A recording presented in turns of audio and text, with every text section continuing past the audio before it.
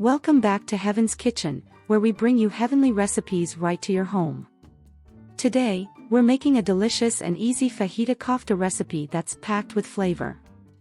So let's get started. In a large mixing bowl, start by adding our minced beef followed by Himalayan salt, black pepper, onion powder, garlic powder, dried coriander, and a pinch of baking powder. You can find all the ingredients and measurements in the description box below.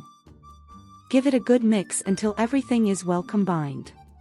Next, we'll shape our seasoned beef into finger-sized pieces or any shape you prefer. Now, heat some olive oil in a pan over medium heat. Once it's hot, add in the shaped beef pieces. Fry them for about 5 minutes on each side or until they're cooked through. Then remove them from the pan.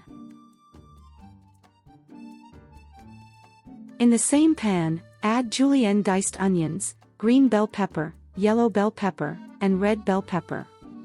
Season with a bit of Himalayan salt, black pepper, and garlic powder. Sauté the veggies for about 3 minutes until they're tender but still crisp. Now, put the beef back over the sautéed veggies and stir everything together for about 2 more minutes to let the flavors meld. And there you have it.